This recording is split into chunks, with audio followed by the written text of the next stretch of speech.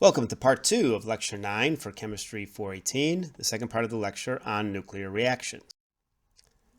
The readings for the second part of the lecture on nuclear reactions, the same as the first part: Modern Nuclear Chemistry, Chapter 10, and Nuclear and Radiochemistry, Chapter 4. Part 1 covered notations, energetics of reactions, reaction types and mechanisms, and ended with nuclear reaction cross-sections. Part 2 is going to cover some reaction observables, discuss different types of reactions, including scattering, direct reactions, compound nuclear reactions, where the projectile and target fuse together, reactions with photons, photonuclear reactions, and then we'll complete the lecture on nuclear reactions with the discussion of nucleosynthesis. Nucleosynthesis is a stellar process in which nuclear reactions are responsible for the formation of elements. So this is obviously a clear link between nuclear reactions and chemistry, and I think it's a good example of where understanding nuclear reactions can help one understand more details about chemistry. We're going to start with light projectiles for nuclear reactions. And the first set of nuclear reactions aren't really reactions at all, but really scattering. In elastic scattering, kinetic energy is conserved and particles do not change. Really, this is the simplest type of reaction, scattering, for instance, as an example of an elastic reaction. There's no change in particle identity in the process, and scattering will have a contribution from nuclear forces. So for this reason, elastic scattering can be a way to understand some behaviors of nuclear forces in the target that scatters the projectile. An example of some other low energy reactions with light projectiles is one that we're interested in would be slow neutron reactions, so thermal neutron reactions. This is really the purest example of compound nucleus behavior. There's a rate that governs this, where 1 over the velocity or the energy law governs most neutron reaction cross-sections. So we see that we tend to see a decrease in a cross-section with an increase in the neutron energy. The neutrons that are available for these reactions can only come from nuclear reactions. Therefore, a range of neutron energies can be obtained since these neutrons are being produced in fundamentally the fission of a nucleus. Now, the reaction cross-sections, as we see from the data here, vary. They generally start high, go low, but there's resonance peaks throughout the energy regime that is examined, in this case for the fission of uranium-235 by thermal neutrons. Now, there are some aspects of this that are influenced by the particle. For instance, the reaction cross-sections are going to be influenced by the Coulomb barrier. The Coulomb barrier prevents charged particle reactions below 1 MeV. And here's an example of what one can see if we evaluate this is for neutron energy. As we increase neutron energy, we go from high to low.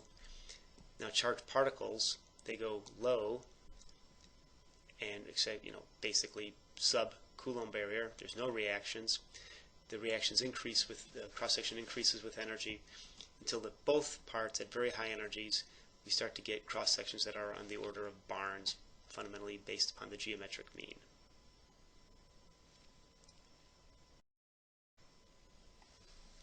Other low-energy reactions with light projectiles include deuterium or deuteron reactions. In these reactions, you can think about that with deuterium, you have 1 proton, 1 neutron in the nucleus. So you can think of almost that the proton is carrying the neutron around. So this is, in essence, you can think of this as a way of accelerating a neutron by exploiting the fact that that neutron's connected up with a proton.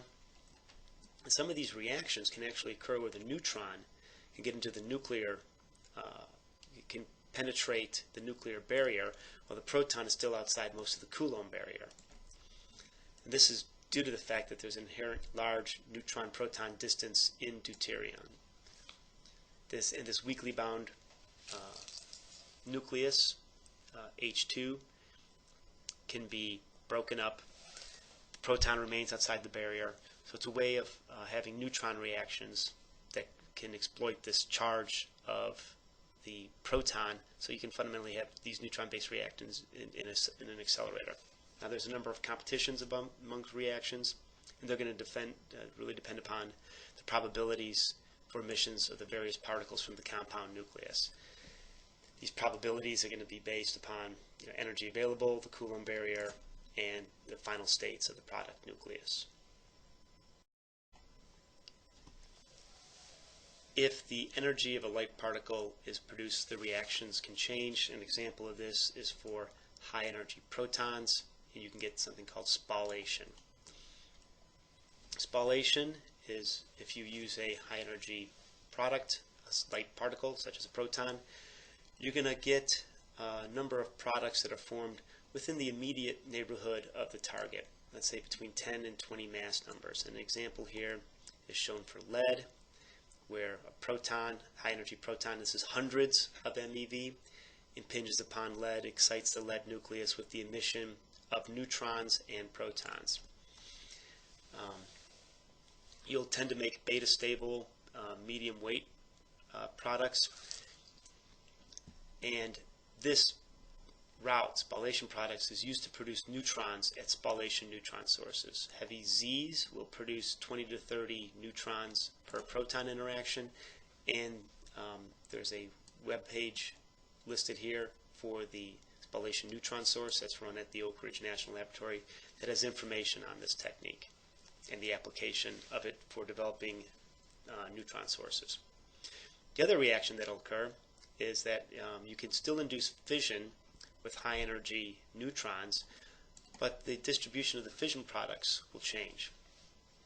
And as we see here, here's an example of some data for uranium fission by successively higher neutron energies, 30, 45, 60. And what's observed is that the relative fission distribution changes as a function of energy, and this is both shown for experimental and modeling data. The modeling tends to drive it. There's a big difference here at 60 MeV. You get some differences in the distribution, but one of the trends that we do see is that at higher energy we tend to get more symmetric distribution. Particularly here, what's observable is we see a decrease in this low valley number.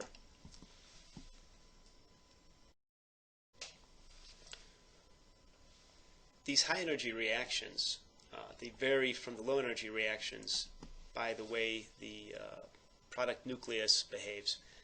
At low energies, you tend to get a compound nucleus.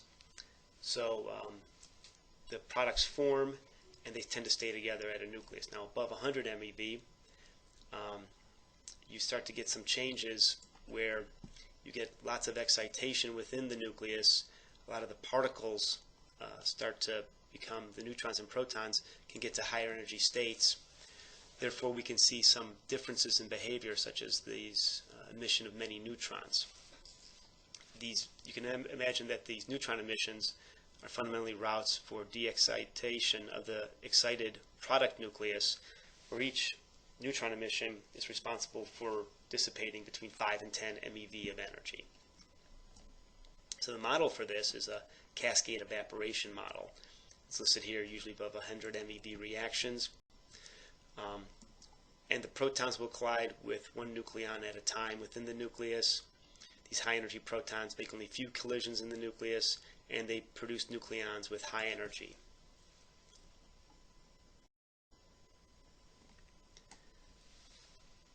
Another route of reactions is moving from lighter particles to heavier particles. So as opposed to using a proton, think about bombarding a nucleus with something like oxygen-16. So we have these heavy ion reactions, and these heavy ion reactions, in a lot of ways, they're similar to light ion reactions, where we can have elastic and inelastic scattering, compound nucleus formations, direct interactions, and deeply inelastic reactions. One of the main differences between heavy ion and a light ion like a proton is that the heavy ion during the reaction can donate some of its nuclear matter to the reaction, whereas in a proton it's either all or nothing. These reactions are influenced by the reaction parameter, which is a function of this impact parameter. It's a function of the radius. It's also influenced by the kinetic energy of the projectile, the mass of the target, and the projectile nuclei. The mass and the target projectile nuclei are going to have an influence on the Coulomb barrier. So you can get information about probabilities or behaviors from scattering and Coulomb excitation based upon the radius information, which comes from the mass of the projectile and the mass of the target. With heavy ion reactions, we can have inelastic scattering, and in this case, some of the projectile's kinetic energy is transferred to excitation energy in the target nucleus. So this means that some of the energy can, from the projectile can go into exciting the nucleon states within the target. This can experience Coulomb excitation. So for high charges below the Coulomb barrier, reactions can occur, and these can excite nuclei purely by electromagnetic interactions. So it's possible with some of these heavy ion reactions to observe changes in the nuclei at sub-Coulomb energies. You can also have transfer reactions where part of the projectile is taken up by the target. So if you have a, think again, oxygen 18, you can perhaps just strip or pick up a few neutrons from the projectile to the target. And these can take place when impact parameters are just below those at which interactions that are purely Coulombic occur. Some of the results of this can be measured with angular distributions, show diffraction-like pattern when transferred to a single well-defined state are observed. So you can get information about nuclear states from some of the behavior on these transfer reactions. Deep and elastic reactions occur when more of the nuclear matter is transferred than just these grazing and incident reactions discussed on the previous page. There are some trends with this, is that the total energies of the products strongly correlated with the amount of mass transfer. So increasing mass differences of product and projectile lowers the kinetic energy. So this way the nuclei that are involved in the reaction from the projectile to the target can be assessed by evaluating the kinetic energy of the products. Now the complete interaction of the nuclei, the target and projectile, is called the compound nucleus reaction. These reactions, as you can imagine, are probably the lowest probability with a high mass, relatively high mass projectile. So these cross sections can be relatively small. During these heavy ion interactions, so the heavy ion interaction being shown here, where the nuclei fuse, there's from when this compound nucleus is formed and it's in the excited state, it can de-excite with the emission of neutron evaporation. And this is the reactions that are used in heavy element production, where you get a compound nucleus formed and the emission of neutrons to form the ground state of the heavy element. These heavy ion reactions are needed for reaching the predicted island stability in the heavy element regime. So Z of 114, N of 184.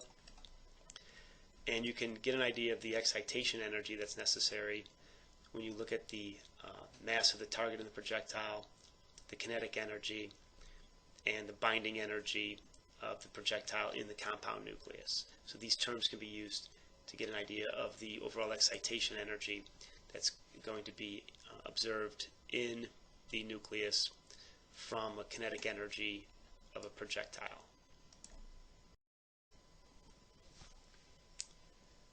For the heavy ion reactions, an overview is listed here, same figure that was shown on the previous page, where we can get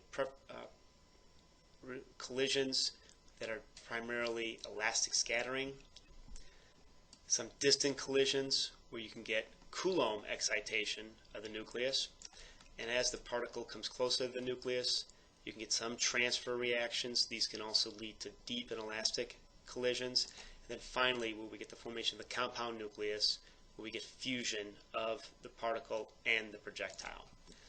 As you can imagine, the cross sections will decrease as you go from reactions where you don't have to have complete interaction with the nucleus. So these cross sections should be higher than these, and then larger than the compound nucleus formation.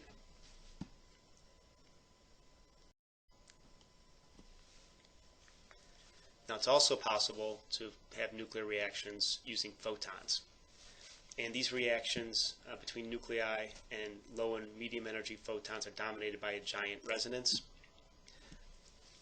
These excitation functions for the photon absorptions go through a pretty broad maximum, a few MeV wide, is shown here for the reaction of photons on gold 197.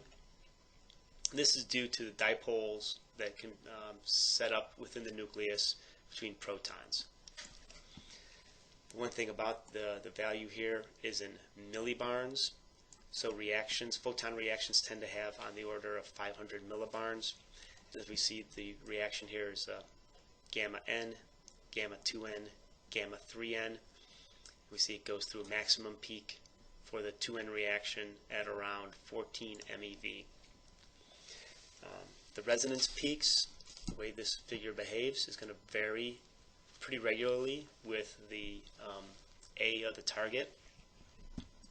24 MeV for oxygen 16 and 13 MeV for bismuth. And there are a number, here are just shown gamma N reactions, but there are actually a number of different reactions possible, including protons, neutrons, and alpha reactions. Now, this has been used to also study gamma fission, as what's shown here, where photons can be used to drive a plasma wave, and we have reactions where we see, as listed here, photon-induced fission. This is actually a route where there's been concepts to probe materials looking for uranium or other fissile material by activating the gamma fission reaction and then observing the neutrons that can be emitted. An interesting discussion and application of nuclear reactions is in terms of element production, natural element production. This is the realm of nuclear astrophysics, where we're going to take some of the information on these fundamental nuclear reactions we've discussed and apply them to large astronomical objects, stars. What we're going to see is that the nuclear reactions are responsible for the production of elements. And these nuclear reactions occur in stars. We're going to discuss how we go from the Big Bang, where we get neutrons, protons, we make some simple atomic nuclei, make some neutral atoms, gravity comes in, takes clouds of hydrogen, helium, forms stars. These stars start to burn. They get the energy from the fusion process. And when we discuss binding energy, we actually talked about the energetics in this fusion process. We talked about how fusion can go up to iron. So we can form the elements up to iron. And then through the neutron capture on iron, we can form elements up to bismuth. Then this is a slow neutron capture process. And then elements beyond bismuth and other elements or heavier isotopes of lighter elements can be produced through a rapid neutron capture process. These elements get distributed through supernova when the stars explode, and they get distributed out into other parts of the galaxy, solar systems, and then we have those elements coalesce. So we're going to talk about how we go from the Big Bang to elements, and we're going to see that temperatures and densities need to be sufficient so that these light elements can be formed. Nuclear reactions can occur through fusion. Heavy elements can be created from a few different nuclear processes: neutron capture, rapid neutron capture, so one neutron, many neutrons, even photon capture. And then these systems have to explode and disperse elements.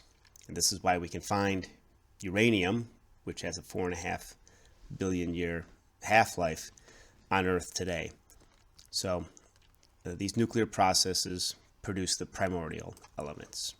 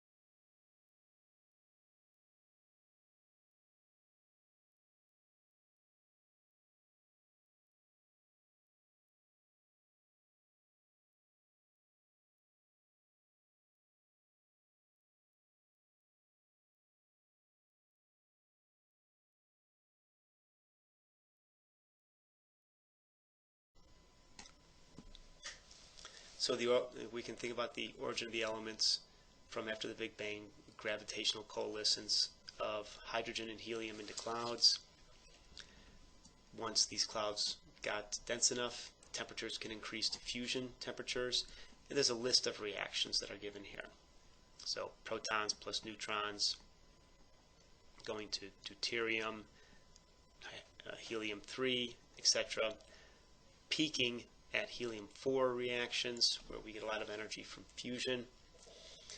Now going above helium, we would make lithium or beryllium, but these were relatively short-lived, so they were not stable.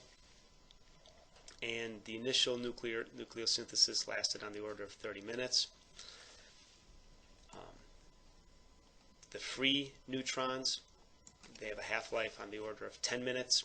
So after a period of time, free neutrons decayed and were no longer available for reactions.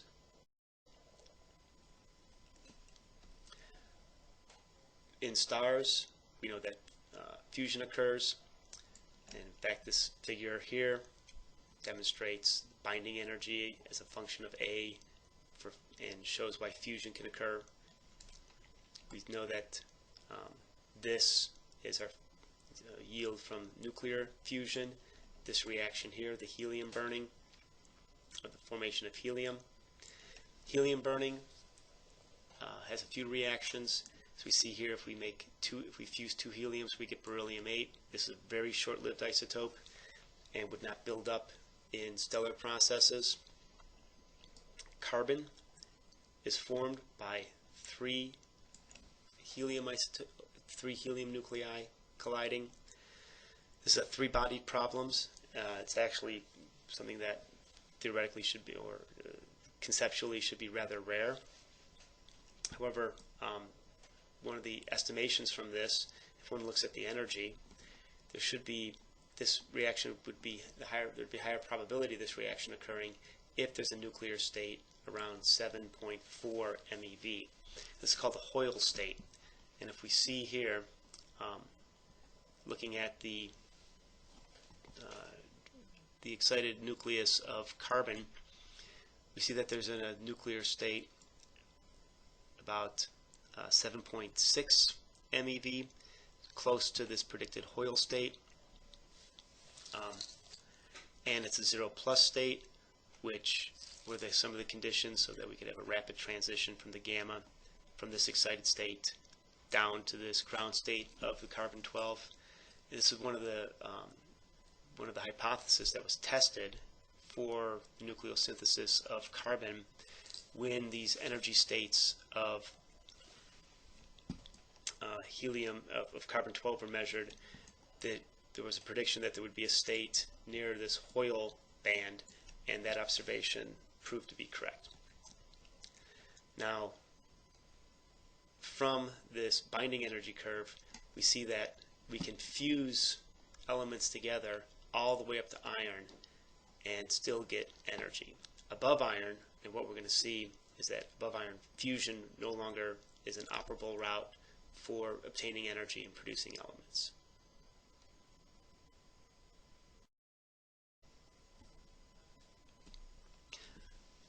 Once we start producing carbon, we're able to move beyond carbon to heavier elements. So this is an example of a carbon-nitrogen-oxygen cycle, where carbon reacts with particles such as a proton to make nitrogen, which decays to carbon-13, which can then make nitrogen-14. And some examples are given here for nitrogen reactions.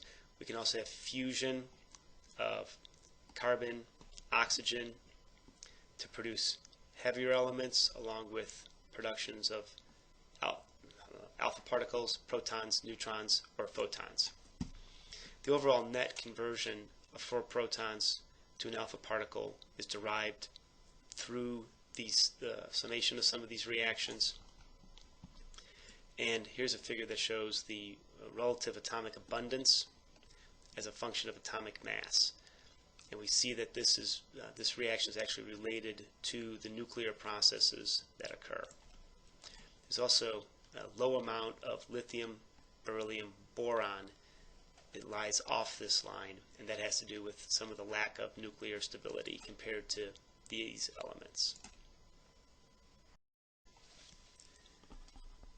We've shown how elements can be formed up to iron.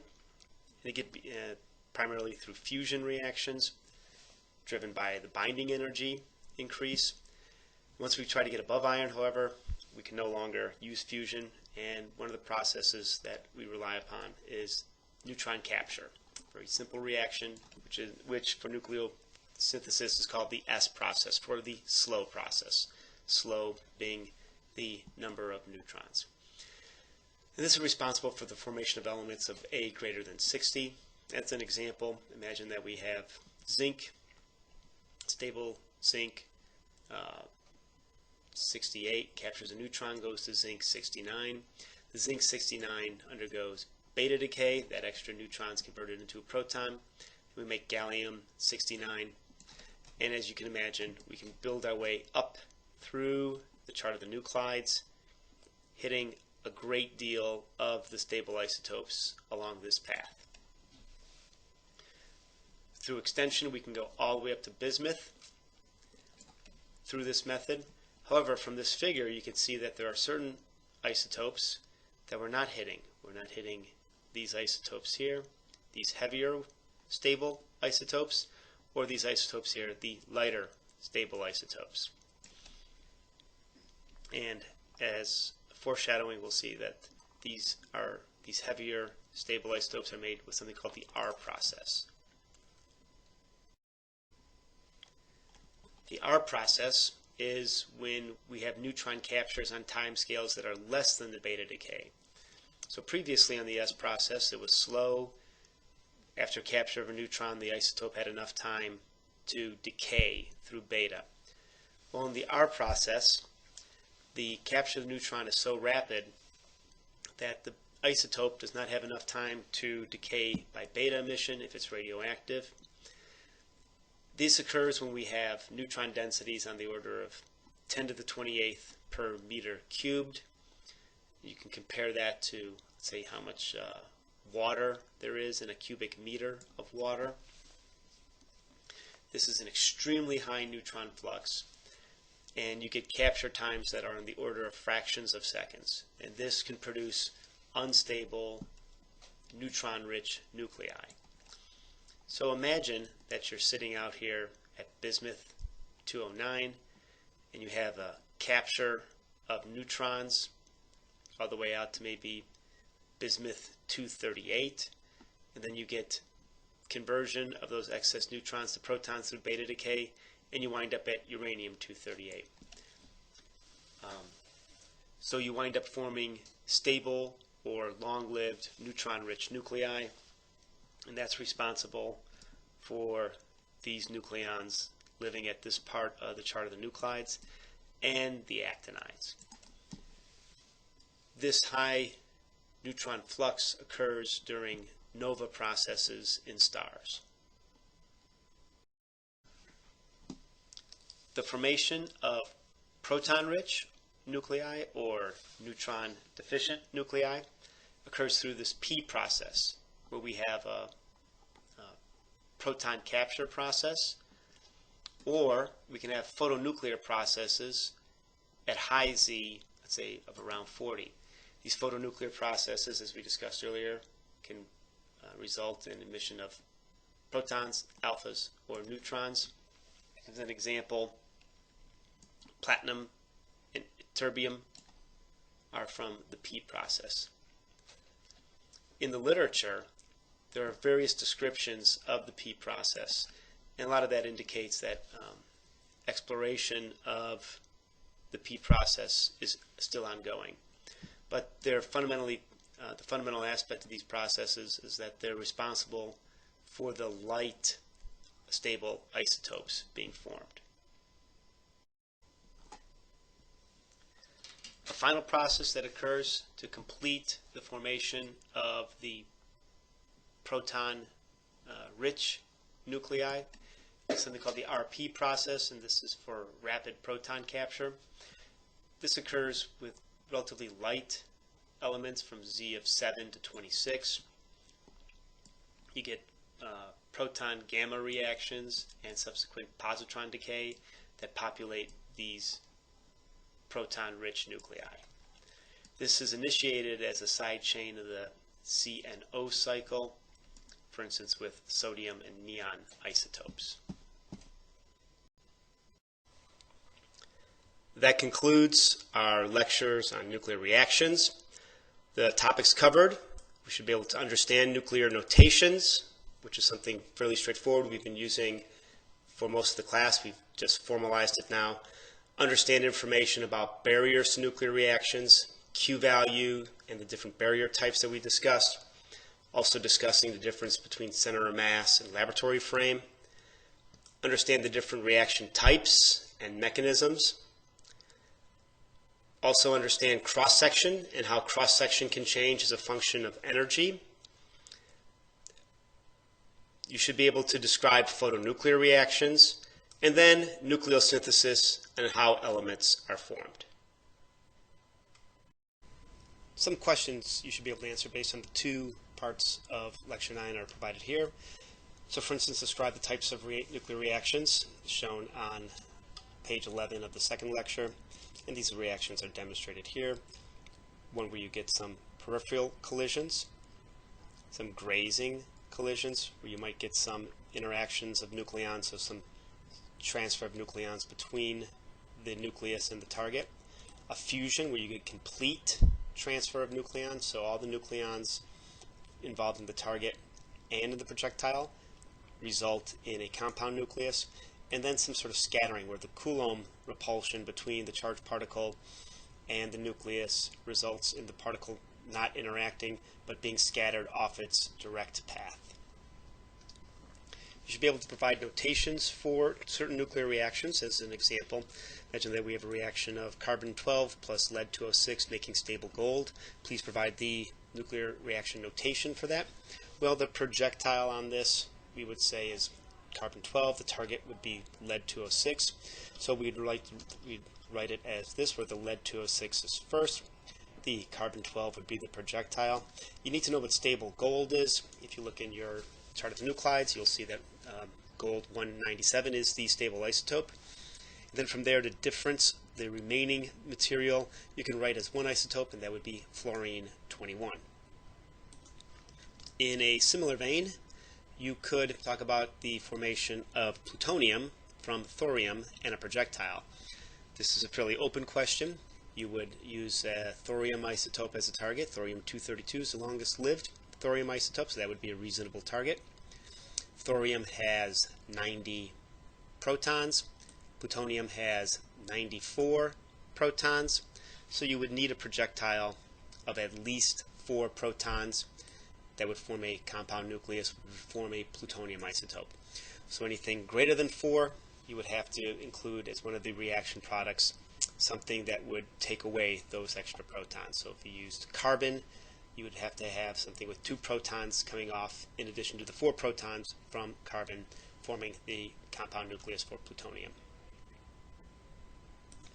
As an example shown here, find the threshold energy for a reaction of cobalt-59 and an alpha particle that produces a neutron and the product nuclei. So again, we need to start with our notation for the reaction. Cobalt-59, alpha projectile, neutron comes out. The cobalt, if we go 2Z higher than cobalt, we get to copper. And as opposed to 4 increase, we only have 3 because one of the neutrons is also a side product. If we use the Q value calculator, we'll see that the threshold reaction for this is 5.4 MeV. And then, what are the differences between low and high energy reactions? Well, one of the things with that is depends upon what particles we're talking about. Often low energy neutrons have higher cross sections. They decrease and then they'll reach a constant value. Sometimes there won't be any cross section. So if you think about the fission cross section for uranium-235 compared to uranium-238, uranium-235 behavior is more like this. The slower neutrons have a higher cross section, where for uranium-238 we only start seeing fission when a certain energy is increased above. With charged particles, we have to overcome the Coulomb barrier. So once that Coulomb barrier is overcome, we can start seeing reactions.